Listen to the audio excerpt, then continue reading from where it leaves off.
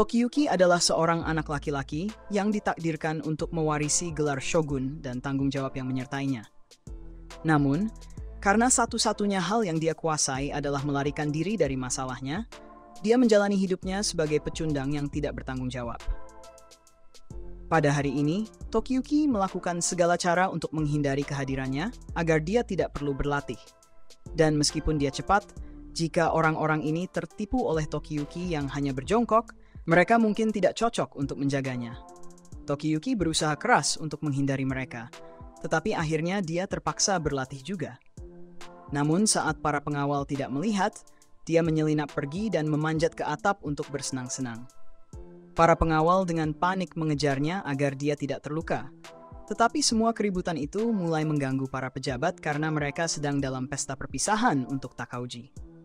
Para pengawal kehilangan jejak Tokiyuki, dan dia merasa sangat senang bersembunyi di antara kuda-kuda, tetapi akhirnya dia tertangkap oleh Takauji. Takauji memuji Tokiyuki karena sangat pandai bermain petak umpet, tetapi dia mengingatkannya bahwa ini bukan saatnya bermain. Dia akan segera berangkat ke medan perang, dan dia berharap bisa membuktikan dirinya. Dia menyatakan kesetiaannya kepada Tokiyuki dan keluarganya dengan membawa kemenangan bagi mereka. Tokiyuki merespons dengan mendoakan Takauji agar sukses dalam misinya. Dan setelah itu, Takauji bangkit untuk pergi bersama temannya yang tampak memiliki wajah muram.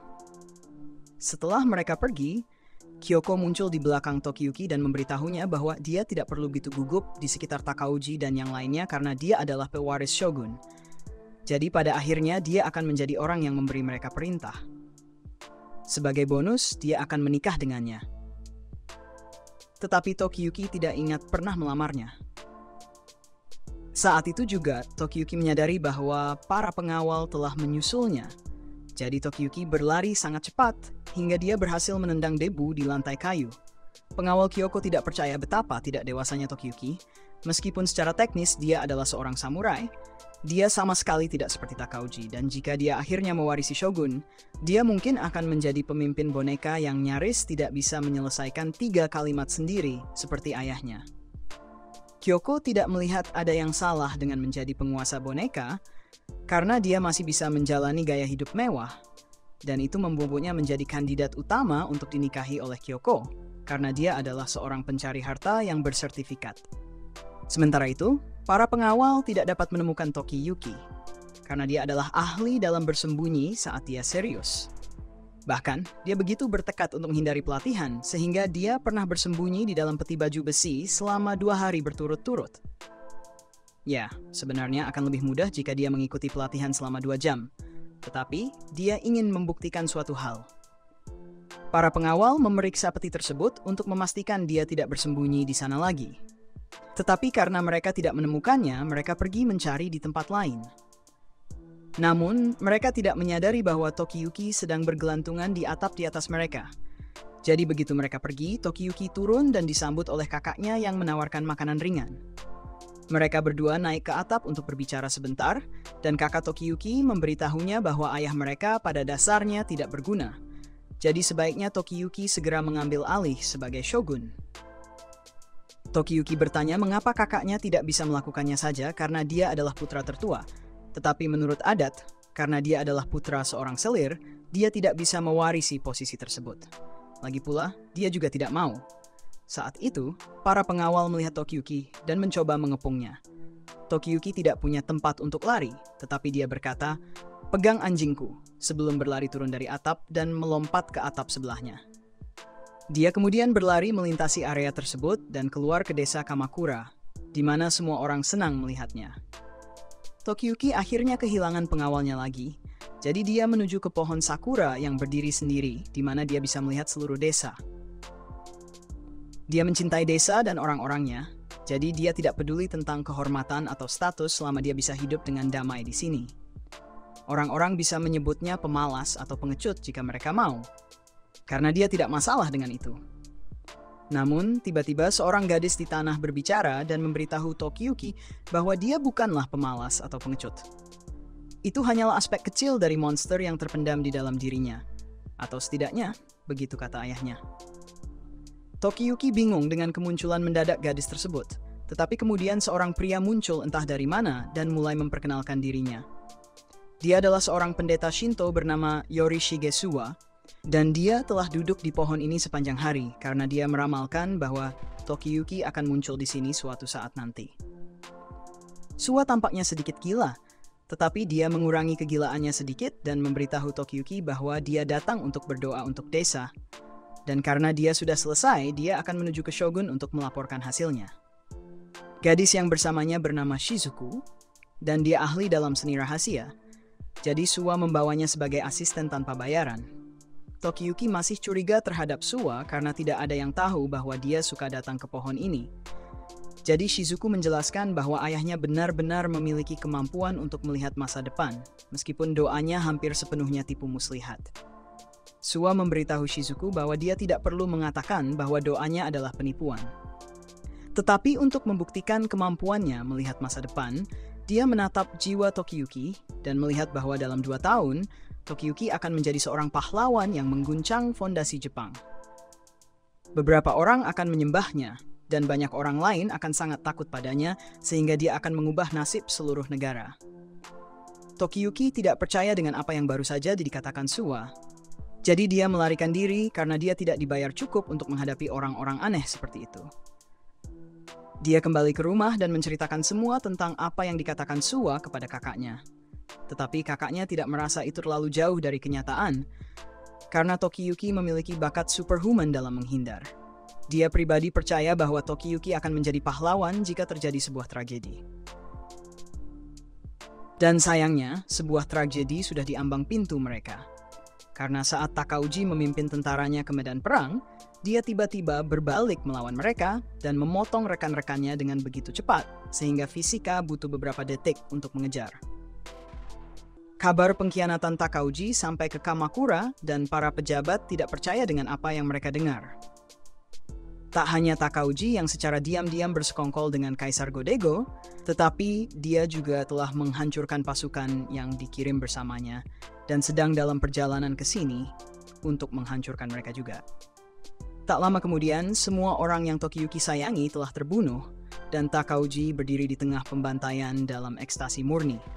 Karena ini membawanya lebih dekat kepada suara yang membimbingnya untuk menjadi penguasa di atas segalanya. Saat Tokiyuki menyaksikan mayat-mayat klannya terbakar, dia mendengar suara yang familiar memanggilnya. Suwa mengatakan bahwa dia ada di sini karena ayah Tokiyuki ingin memastikan Tokiyuki bisa bertahan hidup. Dia meramalkan tragedi ini, jadi dia mengambil langkah-langkah pencegahan dan sudah menyiapkan kuda-kuda yang menunggu di balik bukit agar mereka bisa melarikan diri. Namun Tokiyuki mengatakan bahwa dia tidak ingin diselamatkan karena semuanya sudah mati. Jadi, dia memutuskan untuk pergi. Dia hanya ingin mengakhiri hidupnya bersama ayah dan klannya. Suwa mengatakan bahwa dia tidak akan membiarkannya karena kehidupan Tokiyuki terlalu penting. Tetapi sejujurnya, Suwa tidak yakin apakah kelangsungan hidup Tokiyuki akan benar-benar mengubah apapun atau tidak. Kamakura terbaring dalam kehancuran, dan Tokiyuki masih sulit percaya bahwa semua ini disebabkan oleh Takauji. Mereka telah saling mengenal sejak Tokiyuki masih balita, tetapi sekarang Tokiyuki tahu bahwa senyuman di wajah Takauji pasti adalah kebohongan.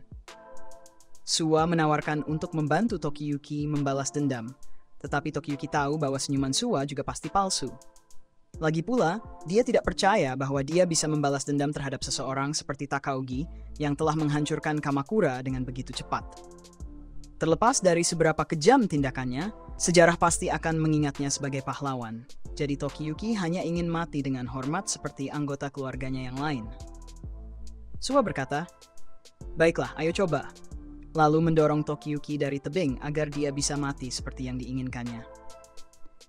Dan saat Tokiyuki jatuh menuju kehancuran yang akan datang, dia tiba-tiba menyadari bahwa kematian sebenarnya tidak terdengar begitu menyenangkan lagi. Jadi dia menggenggam sisi tebing dan menggunakannya untuk memperlambat turunnya dan mendarat dengan selamat. Melihatnya, tentara penyerbu segera mencoba membunuh Tokiyuki, tetapi keterampilan menghindarnya jauh terlalu hebat untuk bisa disentuh oleh mereka. Tokiyuki kembali ke atas tebing dan bergantung pada Suwa, yang kemudian memberitahunya bahwa kemampuannya untuk bertahan hidup dan melarikan diri adalah apa yang memberinya potensi untuk menjadi pahlawan, Jadi dia adalah kebalikan dari Takaugi yang menjadi pahlawan dengan membunuh. Tentu saja tidak mungkin menang hanya dengan lari dan bersembunyi. Itulah mengapa Suwa akan memberinya semua sekutu dan alat yang dia butuhkan untuk mencapai tujuannya. Selama Tokiyuki masih hidup, Takaugi suatu hari nanti akan mencarinya. Jadi sebelum saat itu tiba, Tokiyuki perlu menjadi cukup kuat untuk mengalahkannya. Saat Kamakura dihancurkan, saudara Tokiyuki, Kunitoki, dengan putus asa berusaha bersembunyi dari para penyerang. Namun tiba-tiba seorang pria muncul di tempat persembunyiannya, dan Kunitoki merasa lega ketika melihat bahwa pria tersebut adalah Muneshige, pamannya. Muneshige mengatakan bahwa dia datang untuk menyelamatkan Kunitoki, tetapi Kunitoki masih sangat khawatir tentang Tokiyuki. Muneshige meyakinkan bahwa Tokiyuki kemungkinan besar aman karena mereka telah mengatur agar Su membawanya ke tempat aman. Namun, sekarang mereka perlu mencari tempat yang aman sebelum mereka terdeteksi. Sayangnya, mereka terdeteksi lebih cepat dari yang diharapkan. Tetapi Muneshige memberitahu Kunitoki bahwa dia akan menangani situasi ini. Jadi Kunitoki sebaiknya tetap di sini sementara Muneshige pergi untuk berbicara dengan para samurai. Muneshige mengatakan bahwa dia mungkin bisa meyakinkan mereka bahwa Kunitoki bukan bagian dari keluarga Hojo karena dia tidak cukup penting untuk dikenali. Muneshige menegaskan bahwa dia telah dipercaya untuk melindungi Kunitoki. Dan, yang lebih penting, dia adalah anak dari saudara perempuannya yang tercinta. Jadi, dia akan melakukan segala daya untuk memastikan Kunitoki melarikan diri dengan selamat. Bahkan, jika dia harus mengorbankan nyawanya sendiri. Saat mendekati para samurai, Muneshige mengatakan kepada Kunitoki untuk melarikan diri jika situasinya memburuk. Namun, begitu dia mulai berbicara dengan para samurai, Kunitoki melihat Muneshige menunjuk langsung ke arahnya, dan tatapan jahat di wajahnya menunjukkan bahwa keadaan tidak menguntungkan bagi Kunitoki. Sementara itu, Tokiyuki sedang mengalami mimpi buruk di mana dia melihat wajah-wajah keluarganya yang tersiksa. Dan yang lebih buruk lagi, dia melihat pemandangan yang lebih menakutkan. Wajah Sui. Sui berdiri di atas Tokiyuki dengan aura yang bersinar, dan dia berkomentar betapa lucunya Tokiyuki saat tidur. Shizuku datang, dan meskipun dia tahu betapa sukanya pamannya menonton anak-anak tidur, Sui jelas-jelas membuat mimpi buruk Tokiyuki semakin buruk. Namun Sui tidak peduli dan memutuskan untuk memberikan ciuman ringan di pipi Tokiyuki, yang membuatnya masuk daftar pantauan FBI. Tokiyuki merasakan adanya aktivitas kriminal yang akan terjadi. Jadi saat dia terbangun dan melihat Sui akan menciuminya, dia melompat keluar dari tempat tidur dan memanjat hingga ke langit-langit karena ketakutan. Sui mengatakan bahwa dia mengharapkan hal itu dari Tokiyuki dan keterampilan pelariannya. Tetapi saat diminta menjelaskan dirinya karena mencoba mencium Tokiyuki, dia menjawab, "Ini hanya lelukon, bro." Tokiyuki memberitahukan bahwa ini bukan saatnya untuk lelukon karena mereka masih dalam bahaya besar. Suwa telah mengatakan bahwa mereka akan bisa bersembunyi di wilayahnya, tetapi mereka sudah terjebak di Kamakura selama beberapa hari sekarang dan mereka bisa ditemukan kapan saja. Suwa menjelaskan bahwa alasan mereka belum pergi adalah karena pintu keluar Kamakura lebih dijaga ketat daripada yang dia kira. Jadi mereka harus bersabar sampai patroli-patroli itu mengendur. Tokiyuki mengenali bendera-bendera patroli tersebut. Tetapi samurai di bawah bendera itu adalah orang-orang yang sebelumnya telah bersumpah setia pada Shogun, tetapi akhirnya mengkhianati sumpah mereka dan membantu dalam penghancuran Kamakura. Semua itu dilakukan atas perintah Takauji.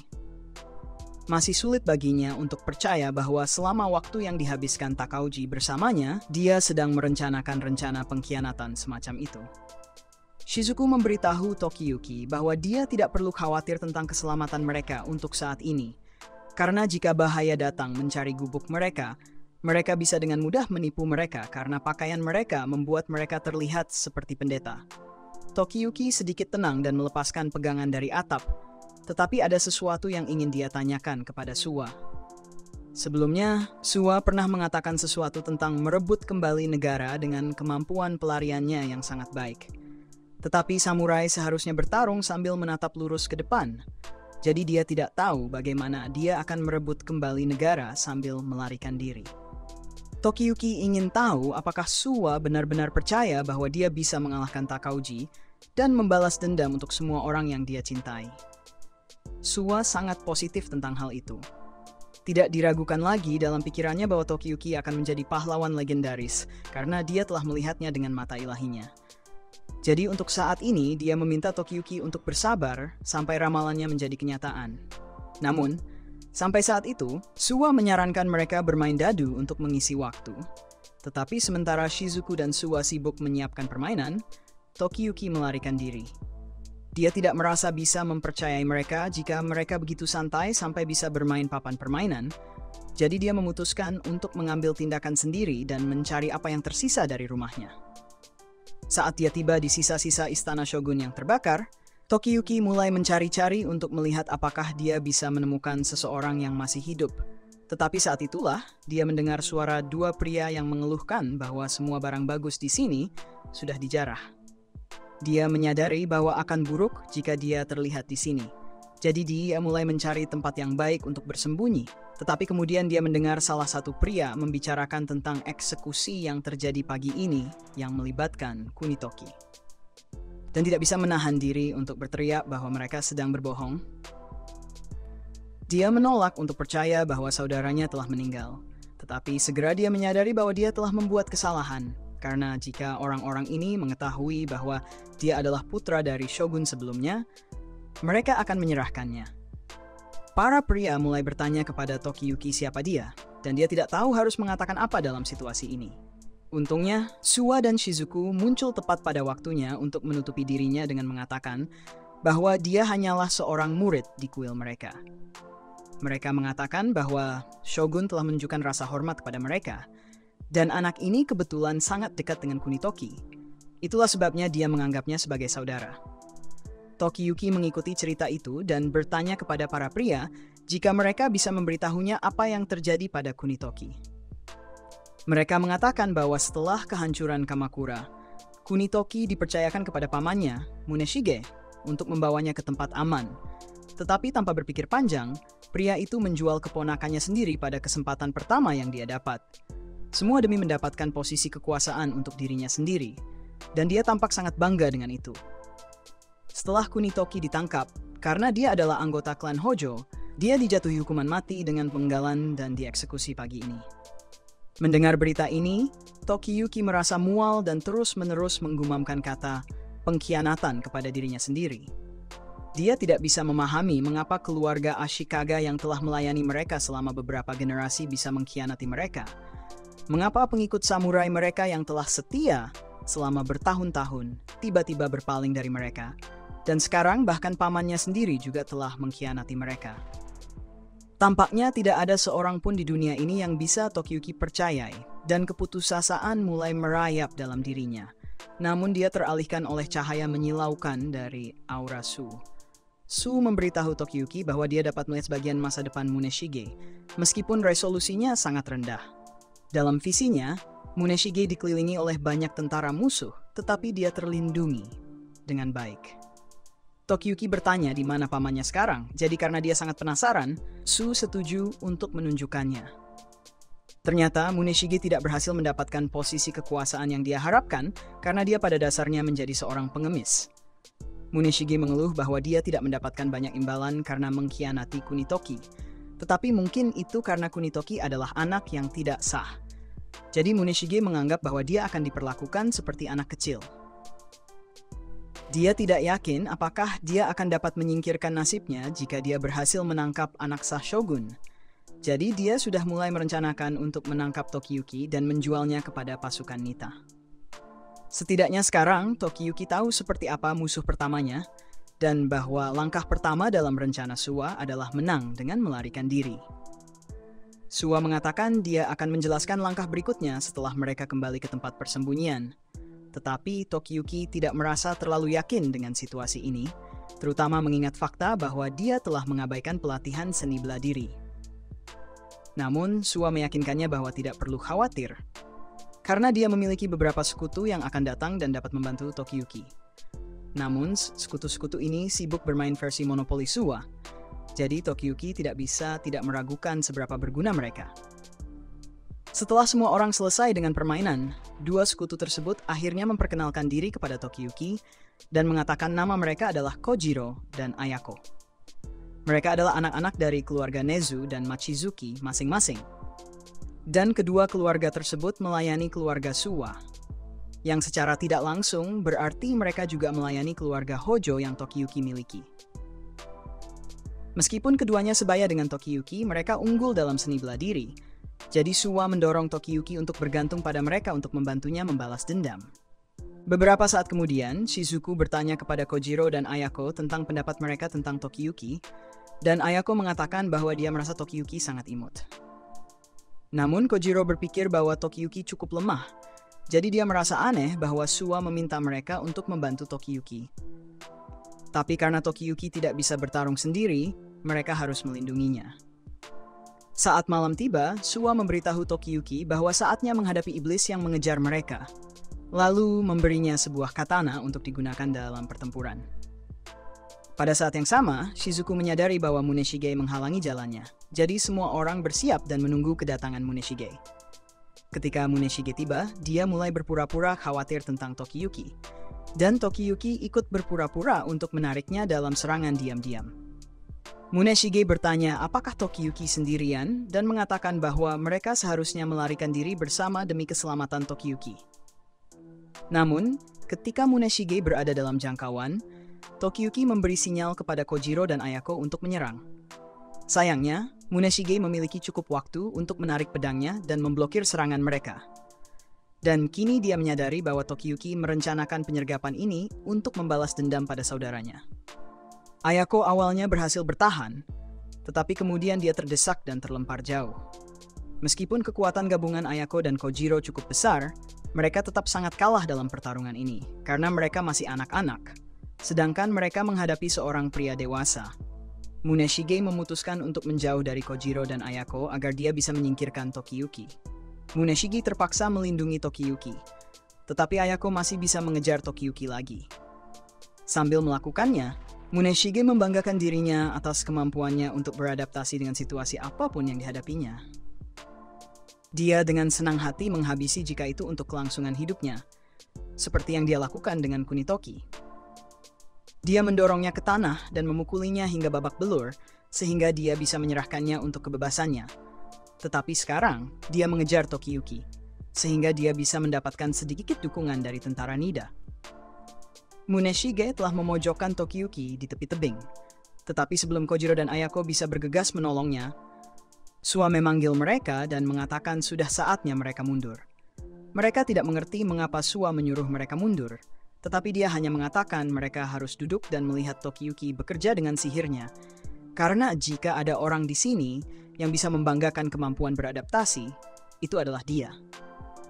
Saat Muneshige mengayunkan pedangnya ke arah Tokiyuki, Tokiyuki mulai menganalisis gerakannya dan memprediksi serangannya sebelum terjadi. Jadi apapun yang dilakukan Muneshige, dia selalu satu langkah di belakang Tokiyuki. Dan sepertinya Tokiyuki juga menikmatinya. Cara dia menghindar bukanlah sesuatu yang bisa dipelajari melalui pelatihan, melainkan seperti hadiah dari surga. Suwa percaya bahwa Tokiyuki bukan pengecut, dia hanya benar-benar menikmati dikejar. Dalam situasi seperti ini, satu kesalahan bisa berarti kematian seketika. Tetapi jiwa Tokiyuki justru menemukan kebahagiaan dalam krisis seperti ini. Saat Kamakura dalam keadaan damai, Tokiyuki sering menghindari tanggung jawabnya. Tetapi di medan perang, dia menjadi monster yang tak tertandingi, berkembang dengan menghindar dari kematian. Suwa bertanya kepada yang lain apakah mereka tertarik untuk melayani seorang majikan seperti Tokiyuki sekarang, dan pendapat Kojiro berubah menjadi lebih positif. Meskipun begitu, Ayako masih hanya ingin menjadi temannya. Mereka bersiap untuk bergabung kembali dalam pertempuran, tetapi saat mereka pergi, Suwa menyarankan agar mereka tidak membuang-buang tenaga untuk melindungi Tokiyuki. Mereka harus percaya bahwa Tokiyuki akan bisa menghindari segala bahaya, tetapi serangan Tokiyuki masih sangat lemah, jadi mereka harus menutupi kekurangan itu. Muneshige mulai kehilangan kendali karena dia tidak bisa mengenai Tokiyuki, dan hal ini membuatnya terbuka untuk serangan dari yang lain. Dia akhirnya dilucuti senjatanya, tetapi dia menggunakan beberapa tanah sebagai gangguan untuk melarikan diri dari mereka. Karena mereka tidak perlu melindungi Tokiyuki, mereka memusatkan upaya mereka semata-mata untuk menciptakan peluang bagi Tokiyuki untuk menyerang. Jadi saat Muneshige menyerang Tokiyuki, Ayako muncul dari belakang dan menendangnya ke tanah. Muneshige kemudian mengalihkan targetnya dan mencoba menggunakan pedangnya untuk menghabisi Ayako.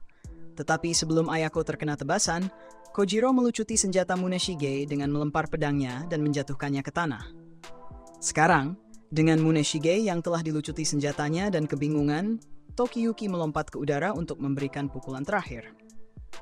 Kehidupan Muneshige saja tidak akan cukup untuk membalas dendam atas kematian Kunitoki dan semua orang lainnya yang terbunuh di Kamakura, tetapi ini adalah awal yang baik dalam pencariannya untuk balas dendam. Setelah itu, kelompok mereka berjalan melewati hutan untuk keluar dari Kamakura. Di perjalanan, Suwa bertanya pada Tokiyuki bagaimana rasanya setelah memenangkan pertempuran pertamanya. Tokiyuki sendiri tidak tahu bagaimana perasaannya, karena dia hanya fokus untuk melarikan diri. Dan tanpa sadar, dia sudah berhasil mengambil kepala Muneshige. Dia tahu bahwa dia tidak bisa melakukannya sendirian, jadi dia menghadap yang lain, dan dengan tulus berterima kasih atas bantuan mereka.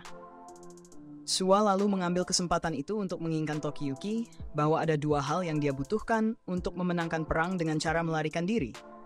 Pertama, dia harus menjadi pemimpin yang berharga bagi timnya, sehingga dia menjadi prioritas utama bagi musuh. Kedua, dia harus memiliki sekutu yang bisa bertindak sebagai senjatanya. Untuk memenuhi dua syarat ini, Tokiyuki harus menjaga harga dirinya sebagai yatim piatu Hojo dan menjadi seseorang yang menarik perhatian orang lain. Jika dia bisa melakukan dua hal itu, Suwa benar-benar yakin bahwa Tokiyuki akan bisa mengalahkan iblis apapun yang menghadangnya. Tokiyuki berkata bahwa dia mengerti dan berjalan menuju tepi tebing, di mana dia bersumpah bahwa suatu hari nanti dia akan kembali ke Kamakura untuk merebutnya kembali dari Takagi. Dia kemudian melempar pedangnya ke dalam hutan, dan Suwa berhasil mengalahkan iblis yang mendekatinya. Tokiyuki berkata bahwa dia mampu mengalahkan iblis yang menghadangnya. Dia kemudian melempar pedangnya ke dalam hutan, dan Suwa merasa itu adalah tindakan yang sangat mengharukan sebagai tanda komitmen. Namun, dia mengingat kembali penglihatan yang memperingatkan bahwa sesuatu yang buruk akan terjadi jika Tokiyuki melempar pedangnya dari atas tebing itu. Tiba-tiba, seekor serigala muncul dari hutan dengan pedang Tokiyuki tertancap di punggungnya, dan dia terlihat sangat marah pada Tokiyuki. Jadi, Tokiyuki langsung kabur dengan kecepatan rekor. Mereka berhasil melarikan diri dari Kamakura bersama-sama, dan Tokiyuki pun memulai perjalanannya untuk menjadi pahlawan terbesar di Jepang. Tapi begitu mereka tiba di wilayah Suwa, Tokiyuki mulai kewalahan dengan Suwa.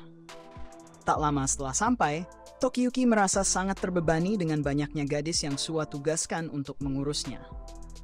Tapi Suwa dengan polosnya berkata bahwa dia hanya meminta para gadis itu untuk merawat Tokiyuki, membuatkan sarapan, dan memberikan sedikit kontak fisik spesial agar dia merasa lebih baik. Namun semua itu terlalu berlebihan bagi Tokiyuki, jadi dia mencoba melarikan diri. Tapi usahanya untuk kabur malah membuatnya jatuh ke dalam lubang yang entah dari mana asalnya.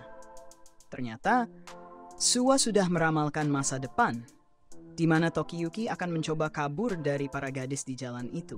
Jadi dia menggali lubang di sana untuk menjebaknya. Tokiyuki masih belum percaya bahwa Suwa benar-benar bisa melihat masa depan. Tapi Suwa bilang bahwa karena tempat ini penuh dengan energi suci, penglihatannya menjadi lebih kuat. Artinya, sekeras apapun Tokiyuki mencoba lari atau bersembunyi, Suwa akan selalu tahu di mana dia berada. Lagi pula, ini adalah wilayah kekuasaannya yang diperluas, Kuil Agung Suwa. Dan sekarang, setelah dia menjelaskan semuanya, saatnya bagi Tokiyuki untuk memulai pelatihan. Tokiyuki masih benci latihan, jadi dia mencoba membuat alasan bahwa dia masih menyesuaikan diri dengan kehidupannya yang baru di sini. Tapi Suwa tidak peduli, jadi Tokiyuki mencoba kabur lagi. Sayangnya, di dalam wilayah Suwa, semua upaya pelarian menjadi sia-sia karena ramalan Suwa. Suwa dengan bangga menyombongkan diri pada Tokiyuki yang kembali terjebak dalam perangkapnya, tapi Tokiyuki hanya ingin dikeluarkan dari sana. Shizuku kemudian datang membawa tangga. Dia meminta maaf atas perilaku ayahnya, karena dia tahu betul betapa menyebalkannya Suwa. Namun dia meyakinkan Tokiyuki bahwa Suwa sebenarnya tidak berbahaya, setidaknya sebagian besar waktu. Saat Tokiyuki memanjat keluar dari lubang itu, dia berpikir bahwa satu-satunya yang bisa menyelamatkannya adalah ayahnya, tapi ternyata tidak.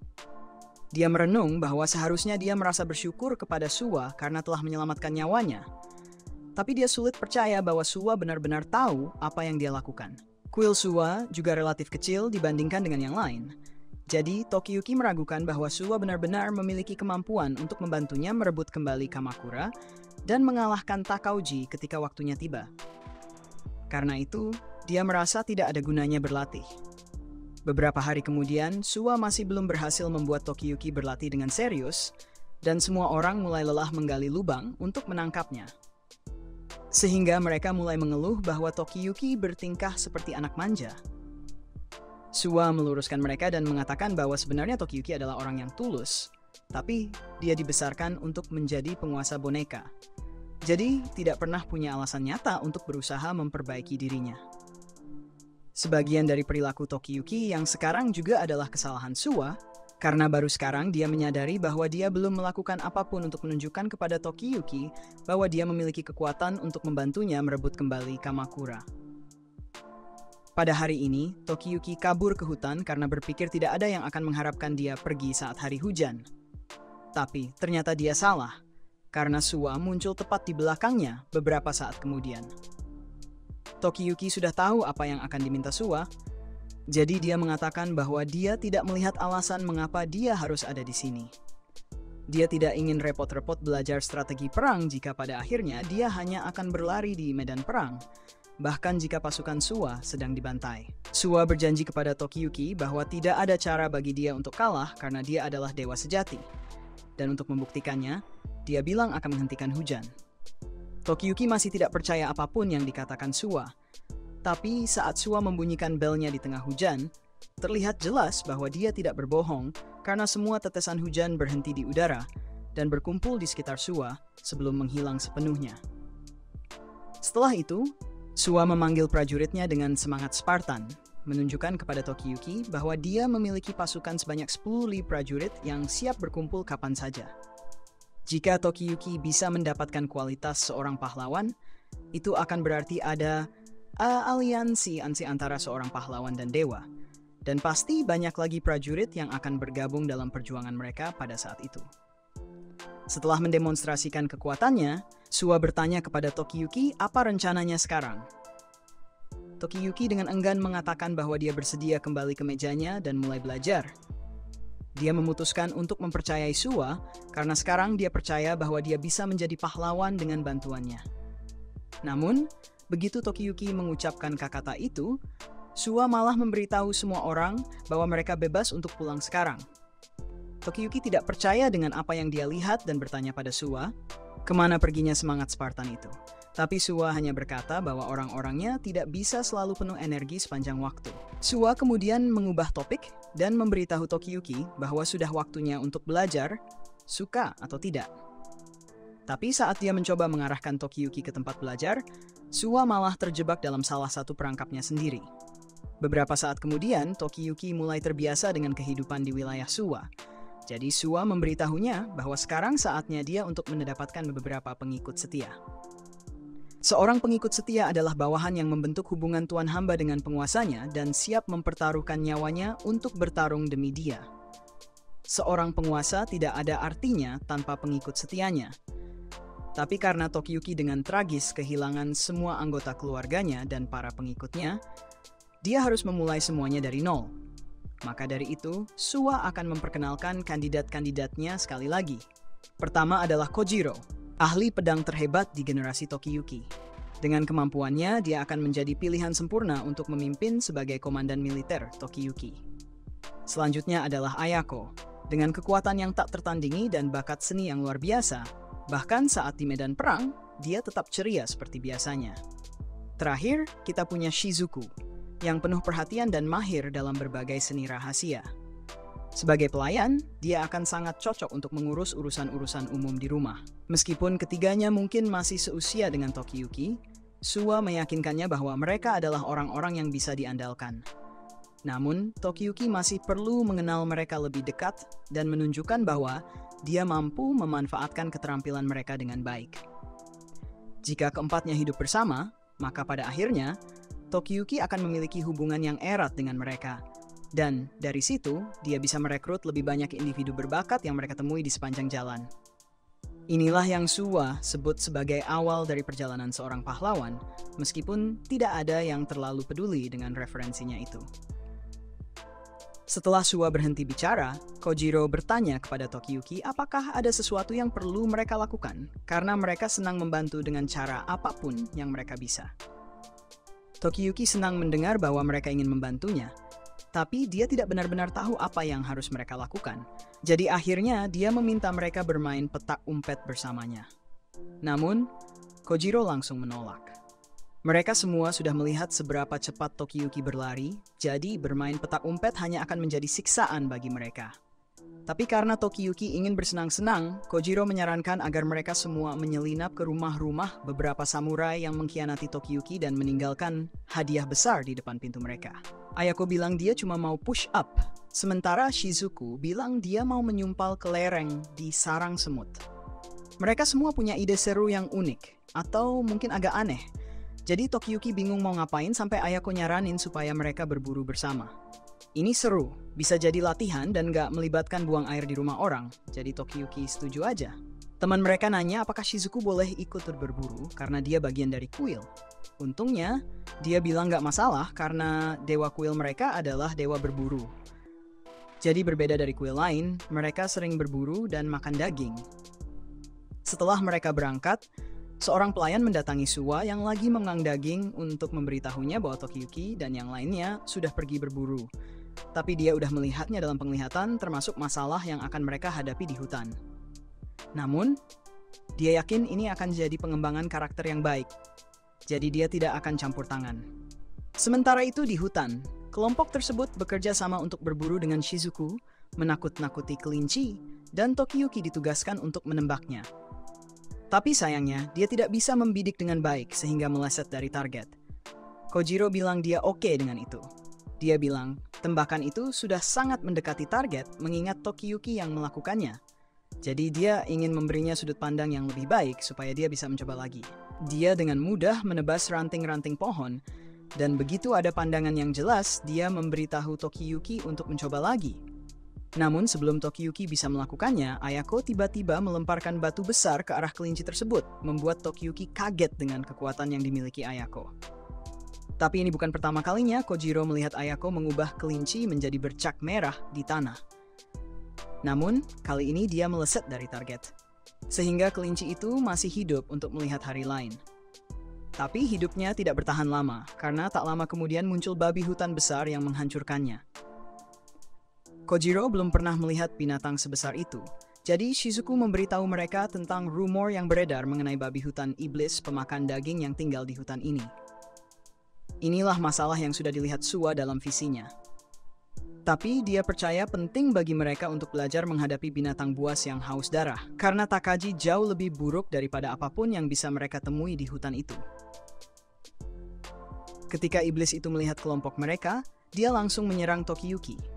Jadi Ayako segera menariknya ke tempat aman, sementara Kojiro melepaskan tembakan ke arah babi itu. Tetapi kulit iblis tersebut terlalu tebal untuk ditembus oleh panahnya.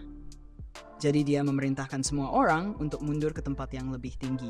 Kojiro merasa mereka tidak bisa mengalahkan iblis itu hanya dengan berdua. Jadi dia menyarankan agar mereka melarikan diri kembali ke kuil. Namun, Shizuku menyela dan mengatakan dia yakin mereka bisa memenangkan pertarungan ini. Dia dengan nyaman mengatakan ini dari atas pohon, tetapi dia menyarankan agar yang lain meninggalkan Tokiyuki untuk menghindari iblis sambil memimpin ke arah pohon yang ada di sana. Disitulah Kojiro dan Ayako akan menunggu untuk menyerang. Semua orang setuju dengan ide tersebut, kecuali Tokiyuki yang dijadikan umpan. Namun dia tidak punya waktu untuk protes karena iblis sudah mengitari dan mengejarnya lagi. Dia tidak percaya para retainernya benar-benar menempatkannya dalam bahaya, tetapi sulit untuk membantah keefektifan rencana ini ketika Tokiyuki berhasil menghindari iblis dengan sangat baik. Saat dia memimpin iblis menuju tempat yang ditentukan, Kojiro dan Ayako mempersiapkan serangan mereka yang melibatkan memecahkan sepotong obsidian di tepi tebing.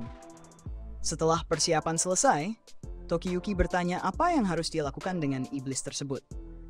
Kojiro melepaskan panah ke arah iblis untuk menghadapi iblis tersebut, sementara Ayako berusaha menarik perhatian iblis agar menyerang mereka. Saat iblis itu langsung menuju mereka, Mereka melompat keluar dari jalurnya dan mengundangnya untuk menabrak pohon dan terjatuh dari sisi tebing, langsung ke ujung obsidian yang tajam. Dengan itu, iblis itu kalah dan sebenarnya jauh lebih mudah daripada yang diperkirakan Tokiyuki. Setelah melihat bahwa panah tidak efektif, mereka semua memanfaatkan kekuatan masing-masing untuk mengalahkan iblis. Tetapi meskipun iblis itu menyerang mereka terlebih dahulu, Shizuku masih merasa kasihan karena kemungkinan itu adalah makhluk dari zaman kuno. Jika ada teman-temannya di sekitarnya, mungkin ia tidak akan jatuh ke dalam kejahatan. Setelah perburuan yang sukses, tim menuju ke pemandian air panas untuk bersantai, dan Kojiro menyarankan agar mereka mengadakan pertemuan strategi di sini mulai sekarang. Ngomong-ngomong, mereka perlu memutuskan nama untuk tim mereka. Jadi mereka mulai menciptakan sejumlah nama buruk seperti Petualang Gigi Manis yang langsung ditolak oleh Tokiyuki. Meskipun mereka punya selera penamaan yang buruk, Tokiyuki senang memiliki orang-orang seperti mereka di sekelilingnya, karena mereka memperlakukannya seperti teman untuk menyemangatinya, namun mereka juga menghormatinya sebagai tuan mereka. Akhirnya, Ayako menemukan nama yang tidak jelek, jadi mulai sekarang mereka akan dikenal sebagai pejuang elusif. Setelah mandi, mereka semua kembali ke tempat perburuan untuk memasak daging babi hutan untuk makan malam. Tetapi saat mereka sampai di sana, Suwa sudah sepenuhnya memakannya entah bagaimana. Kojiro berteriak pada Suwa karena memakan seluruh hasil tangkapan, tetapi Suwa mencoba membenarkannya dengan mengatakan bahwa makhluk itu telah jatuh ke dalam kejahatan. Jadi dia hanya membersihkannya dengan perut ilahinya, meskipun mereka tidak tertipu oleh alasan itu. Sementara itu, tampaknya ada orang lain yang juga bisa melihat visi masa depan dan mengetahui bahwa Suwa sedang merencanakan sesuatu. Jadi dia tidak akan membiarkannya lolos begitu saja. Sementara itu, tampaknya ada orang lain yang bisa melihat visi masa depan dan dia tahu bahwa Suwa sedang merencanakan sesuatu. Jadi dia tidak akan membiarkannya begitu saja. Sementara itu, Takauji sedang bertemu dengan Kaisar Godaigo. Dan Kaisar sangat senang dengan cara Takauji menghancurkan Kamakura secara menyeluruh. Jadi dia menawarkan posisi apapun yang diinginkan Takauji di Istana Kekaisaran. Takauji mengatakan bahwa dia berterima kasih atas tawarannya, tetapi dia adalah seorang pejuang sejati. Jadi kekuasaan politik bukanlah minatnya. Namun para pengikutnya di belakangnya akan sangat senang untuk mengambil posisi di Istana Kekaisaran. Dan dari wajah mereka sudah terlihat bahwa mereka pasti tidak akan menyalahgunakan kekuasaan mereka. Semua orang di Istana Kaisar sangat mengagumi Takauji karena dia adalah satu-satunya alasan Kaisar bisa berkuasa sekarang. Jadi dari sudut pandang mereka, dia adalah pahlawan yang dikirim oleh Tuhan. Sementara Moronao, pengikut paling terpercaya Takauji, membantunya berganti pakaian. Dia memiliki sesuatu di pikirannya yang mengganggunya. Dia telah melayani Takauji sejak mereka masih anak-anak, jadi ketika Takauji memutuskan untuk berpihak pada Kaisar, Moronao mengikutinya tanpa berpikir panjang. Namun hal ini membuatnya khawatir. Dan akhir-akhir ini, senyuman Takauji semakin lama semakin tidak manusiawi. Takauji tersenyum dan memberitahu Moronao untuk berhenti mengatakan hal-hal bodoh, karena dia memerlukan bantuan Moronao untuk mendukung Kaisar. Namun, jelas ada yang tidak beres dengan Takauji, dan Moronao mengetahuinya. Tetapi dia tidak bisa berbuat apa-apa untuk menghentikannya. Saat sedang dalam perjalanan berburu, salah satu pengikut Takauji menembak seekor babi hutan. Dan saat Takauji memeriksanya, pengikut tersebut mengucapkan terima kasih atas rekomendasi Takauji yang membuatnya diangkat sebagai gubernur. Takauji mengatakan bahwa itu adalah penghargaan yang pantas karena pengikut tersebut adalah orang pertama yang mengkhianati keluarga Hojo dan bergabung dengan pihak Takauji. Namun, di wilayah pengikut tersebut terdapat Shainano, dan Takauji tahu bahwa Suwa adalah salah satu pendukung terbesar keluarga Hojo. Jadi pasti dia menyembunyikan beberapa korban selamat di wilayahnya. Dan Takauji ingin Sadamun menemukan dan membunuh mereka. Sadamun mengatakan bahwa dia siap untuk tugas tersebut karena matanya adalah yang terbaik di negeri ini. Jadi dia pasti akan menemukan para korban selamat Hojo. Sementara itu, Tokiyuki akhirnya berlatih menggunakan pedang. Tetapi dia masih sangat buruk, dan yang lainnya hampir tidak percaya bahwa dia tidak bisa memotong seikat jerami. Suwa menjelaskan bahwa otot-otot Tokiyuki sudah terbiasa melarikan diri, sehingga bahkan saat dia sedang menyerang, dia masih secara instingtif menarik diri. Konjuro memberitahu Tokiyuki bahwa dia perlu lebih berusaha dan berlatih dengan rajin. Tetapi Suwa mengatakan itu adalah ide yang buruk, karena jika Tokiyuki berlatih terlalu banyak, otot pelariannya akan berubah menjadi otot serangan. Dan akhirnya dia akan menjadi pendekar pedang yang mediocre dengan keterampilan penghindaran yang juga mediocre. Mereka pindah dari latihan pedang dan mencoba memeriksa keterampilan memanah Tokiyuki, dan ternyata dia memiliki sasaran yang sangat baik. Tokiyuki mengungkapkan bahwa ayahnya sangat suka menonton latihan panahan, jadi dia sering mengambil latihan dengan serius dan menjadi cukup mahir dalam hal itu. Karena Tokiyuki menunjukkan potensi dalam keterampilan panahnya, Suwa memutuskan bahwa mereka akan memusatkan semua usaha mereka untuk memaksimalkan keterampilan memanahnya. Lagi pula, semangat para tentara akan menurun jika komandan mereka hanya melarikan diri, jadi Tokiyuki perlu belajar cara menyerang sambil melarikan diri. Tapi tidak akan mudah menemukan instruktur yang bisa mengajarinya metode yang tidak lazim tersebut. Saat itu, seseorang datang untuk memberitahu Suwa bahwa Sadamune datang untuk membayar kunjungan mendadak. Tokiyuki belum pernah mendengar nama Sadamune sebelumnya, jadi mereka mengira Sadamune mungkin seseorang yang tidak memiliki status sosial yang tinggi. Tapi untuk amannya, Suwa meminta Tokiyuki dan yang lainnya untuk bersembunyi di gudang untuk sementara waktu. Suwa menuju gerbang depan untuk menyambut Sadamune, dan Sadamune segera memberitahu Suwa bahwa dia telah diangkat sebagai gubernur Shinano, yang menjadikannya atasan Suwa sekarang. Salah satu anggota keluarga Suwa sulit mempercayai hal ini karena tidak lama yang lalu, Sadamune bekerja untuk mereka.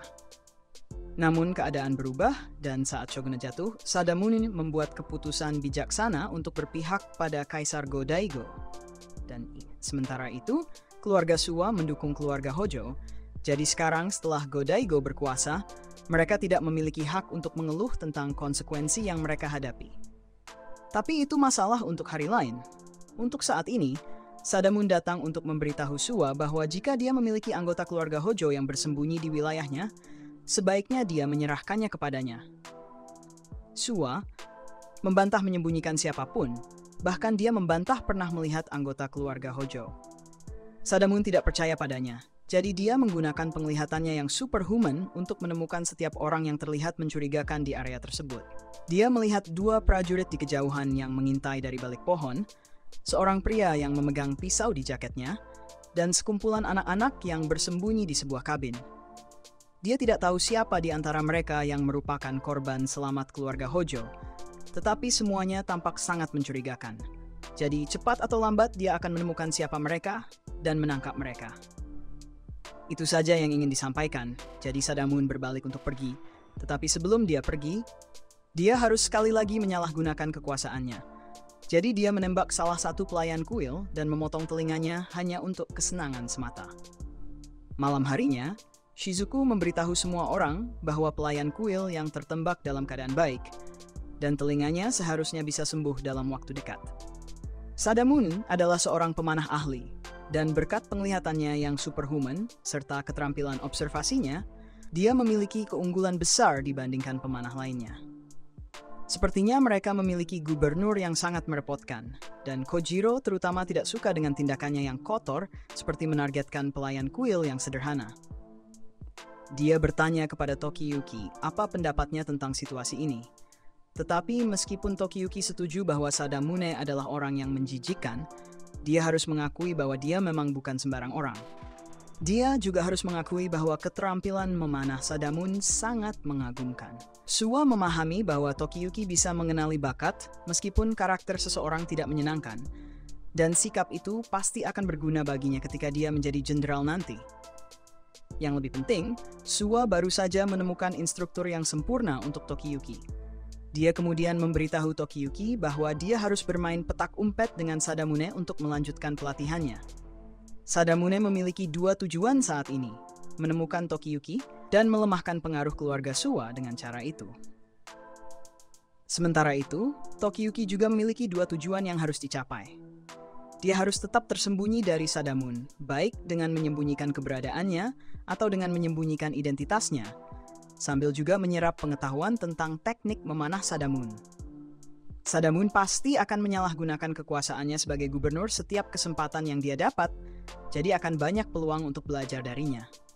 Tokiyuki merasa ide ini sangat menarik, Jadi rencana pun disusun untuk menarik Sadamun kembali ke kuil. Tidak butuh waktu lama, karena begitu Sadamun mengetahui bahwa ada kompetisi menembak anjing di kuil Suwa, dia merencanakan untuk merusak acara tersebut sambil mencari anjing itu. Dia kemudian pergi ke kuil untuk menemukan anjing tersebut, yaitu korban selamat keluarga Hojo. Pada hari kompetisi, semua orang bersenang-senang kecuali Kojiro, yang tidak berhasil menembak satupun anjing. Giliran Tokiyuki berikutnya. Jadi Shizuku mengucapkan semoga beruntung kepadanya. Tetapi Suwa mengingatkan bahwa dia tidak bisa menggunakan nama asli Tokiyuki saat ini, karena bisa membuat Sadamune menyadari siapa dia. Sebagai gantinya, Suwa memberitahu Shizuku untuk menggunakan nama samaran saat merujuk pada Tokiyuki. Jadi Shizuku mulai merona dan bertanya apakah dia bisa memanggil Tokiyuki kakak mulai sekarang. Setelah itu, terjadi keheningan canggung. Jadi Shizuku melarikan diri dan Tokiyuki tidak tahu apa yang baru saja terjadi. Tetapi dia tidak punya waktu untuk memikirkannya. Karena beberapa saat kemudian, Kojiro datang berlari untuk memberitahu Tokiyuki bahwa Sadamune telah datang. Dia tiba-tiba datang tanpa pemberitahuan dan mengatakan bahwa dia ingin berpartisipasi. Dan tentu saja, Suwa tidak punya hak untuk menolak keinginannya. Karena dia adalah gubernur. Sadamun diizinkan untuk berpartisipasi, jadi dia diberitahu tentang aturan permainan, yaitu setiap peserta hanya diperbolehkan memiliki 5 anak panah non-mematikan, dan penilaian akan dilakukan berdasarkan tempat anak panah mengenai sasaran dan postur yang digunakan untuk menembak. Dia memulai putarannya, jadi anjing-anjing dilepaskan dan Sadamun mulai berlari, menembaki mereka dengan akurasi yang sangat tinggi. Tokiyuki sangat terkesan dengan teknik dan sasaran Sadamun yang sempurna, tetapi Suwa terlihat ketakutan di sudut ruangan. Namun bukan karena Sadamun, melainkan karena dia baru saja melihat ke masa depan dan mengetahui bahwa menembaki anjing dianggap sebagai kekejaman terhadap hewan di tahun 2000-an. Jadi dia mencoba merasionalisasi kemungkinan bahwa dia bisa dibatalkan karena mengadakan kompetisi ini, meskipun anak panahnya tidak mematikan. Setelah Sadamun selesai mengambil tembakannya, dia bertanya kepada wasit tentang posisinya saat ini dan tidak mengejutkan, dia diberitahu bahwa dia sekarang berada di posisi pertama. Sadamun mengejek orang-orang di wilayah Suwa yang kalah dari peserta mendadak, tetapi orang-orang dengan penuh keberanian mengatakan bahwa masih banyak pemanah kuat di sini yang bisa mengalahkannya. Namun, Sadamun tampaknya tidak yakin, jadi dia ingin bertaruh dengan Suwa. Dia akan menghadapi satu pemanah dalam pertandingan 1 lawan 1 di wilayah Suwa. Dan jika dia menang, maka Sadamune akan diizinkan untuk mencari di rumah-rumah setiap orang yang dia anggap mencurigakan, tanpa ada konsekuensi apapun meskipun dia melakukan kejahatan dalam prosesnya. Kojiro sangat marah bahwa Sadamune akan mengajukan taruhan yang tidak adil seperti itu. Tetapi Suwa mengatakan bahwa mereka tidak bisa menentangnya sembarangan karena Sadamun diangkat oleh kaisar sebagai gubernur. Namun jika dia mengungkapkan niatnya melalui taruhan, itu memudahkan Suwa. Suwa menerima taruhan Sadamun, tetapi dengan syarat yang ditetapkan Sadamun, jika pihak Suwa menang, maka Sadamun tidak akan diizinkan dan tidak akan memiliki wewenang untuk mencari di wilayah mereka lagi. Sadamun tertawa sendiri memikirkan betapa bodohnya Suwa menerima taruhan itu karena tidak ada cara seseorang di sini bisa mengalahkannya. Setelah dia menang, jika dia menemukan korban selamat Hojo, maka dia akan memiliki alasan yang kuat untuk menyebut Suwa sebagai kriminal dan menghukumnya dengan hukuman mati. Dan dari sana dia bisa melakukan apapun yang dia mau dengan wilayah Suwa. Karena mereka telah sepakat tentang taruhan tersebut, Sadamun bertanya siapa pejuang kuat yang akan dia hadapi. Suwa mengatakan bahwa mereka tidak perlu pejuang kuat untuk mengalahkan seseorang seperti Sadamun. Itulah sebabnya dia akan mengirim seorang anak sebagai lawan. Baik Sadamun maupun Tokiyuki terkejut dengan pilihan Suwa. Tetapi Suwa memperkenalkan Tokiyuki sebagai Chojimaru dan mengatakan bahwa dia adalah orang yang paling tidak kompeten yang mereka miliki. Jadi seharusnya adil jika Sadamun harus melawannya. Sadamun sangat marah pada saat ini, tetapi Suwa melanjutkan dengan mengatakan bahwa akan membosankan jika semuanya dilakukan dengan cara yang normal. Suwa kemudian menyarankan agar para kontestan juga diizinkan untuk menembaki satu sama lain. Tentu saja, Sadamun bisa menolak jika dia mau, tetapi hanya jika dia baik-baik saja dengan dianggap sebagai pengecut. Orang-orang mencoba meminta Suwa untuk berhenti memprovokasi Sadamunen, karena kemampuan tempur Tokiyuki tidak cukup baik untuk mendukung klaim Sua. Dan sebenarnya, mereka tidak mengerti mengapa Sua akan mengirim Tokiyuki melawan Sadamun sejak awal. Sua menjelaskan bahwa ini adalah kesempatan besar untuk mempercepat pelatihan Tokiyuki, karena melawan seorang master adalah kesempatan utama untuk belajar. Dan Sua sudah melihat visi masa depan, yang mengatakan jika Tokiyuki mengikuti kontes ini, maka masa depan yang cerah penuh dengan pertumbuhan menunggunya. Dan yang lebih penting, setelah pertarungan, dia dijamin akan mempelajari keterampilan baru yang keren. Meskipun Tokiyuki tampaknya masih belum yakin. Sua menjelaskan dan bertanya kepada Tokiyuki pilihan apa yang ingin dia buat. Sebagai seorang Jenderal Hojo, dia bisa memilih opsi yang berbahaya dan berkembang sebagai pejuang, atau dia bisa melarikan diri dan menghindari masalahnya sepenuhnya. Ketika Sua mengungkapkannya seperti itu, hanya ada satu jawaban jelas yang bisa diberikan Tokiyuki. Tokiyuki sudah memutuskan bahwa dia akan membunuh Takagi di masa depan, dan jika dia ingin mencapainya, dia tidak bisa menghindari tantangan seperti ini. Tokiyuki menaiki kudanya untuk menunggu peluit mulai, dan saat kompetisi dimulai, Sadamun memiliki opsi untuk hanya mengejar anjing-anjing demi kemenangan yang aman. Namun, dia merasa terhina karena ditantang oleh seorang anak, jadi dia memutuskan untuk menembaki Tokiyuki. Namun, saat dia mengangkat busurnya untuk mengarahkan, Tokiyuki sudah melepaskan tembakan ke arahnya. Meskipun Sadamun berhasil menghindarinya, dia sangat marah sekarang. Ini adalah bagian dari rencana yang telah didiskusikan Tokiyuki dengan Sua sebelumnya, dan tembakan pertama tidak harus mengenai Sadamun. Yang penting adalah membuatnya cukup marah untuk memfokuskan seluruh perhatian pada Tokiyuki, tidak peduli apapun. Begitu perhatian Sadamun teralihkan, dia akan memfokuskan semua usahanya untuk menyerang Tokiyuki dengan anak panahnya. Jadi Tokiyuki hanya perlu menghindar. Sadamun tidak menembak dengan cepat, jadi Tokiyuki memiliki waktu untuk meraih beberapa poin. Dan untuk membantu ini, Sua memberitahu Tokiyuki tentang anjing merah yang dilatih untuk menjadi target mudah. Tokiyuki melewatkan tembakan pertamanya, tetapi dia berhasil mengenai anjing pada percobaan keduanya dan mendapatkan 1 poin. Dari sini, Tokiyuki hanya perlu memastikan bahwa Sadamune tidak mendapatkan poin sama sekali. Akhirnya, Sadamune tinggal memiliki 1 anak panah terakhir, dan saat inilah dia kemungkinan akan mulai menargetkan anjing-anjing lagi untuk memastikan dia tidak kalah. Sementara dia sedang membidik, saat itulah Tokiyuki harus menyerang. Namun, meskipun itu adalah rencananya, Sadamun mengejutkan harapan Sua dengan terus menargetkan Tokiyuki dari sudut butanya. Dan saat dia melihat celah dalam pertahanan Tokiyuki, dia melepaskan anak panah terakhirnya dan mengenai kepala Tokiyuki, mendapatkan 5 poin. Sekarang, dia memimpin dengan margin yang lebar, jadi dia yakin akan menang selama dia bisa menghentikan Tokiyuki dari mendapatkan tembakan yang baik mulai sekarang. Tokiyuki meluangkan waktu untuk memeriksa luka di kepalanya, dan dia menyadari bahwa jika ini adalah anak panah yang sebenarnya dia sudah mati, dan peluang kompetisi sudah sangat berat melawannya pada titik ini.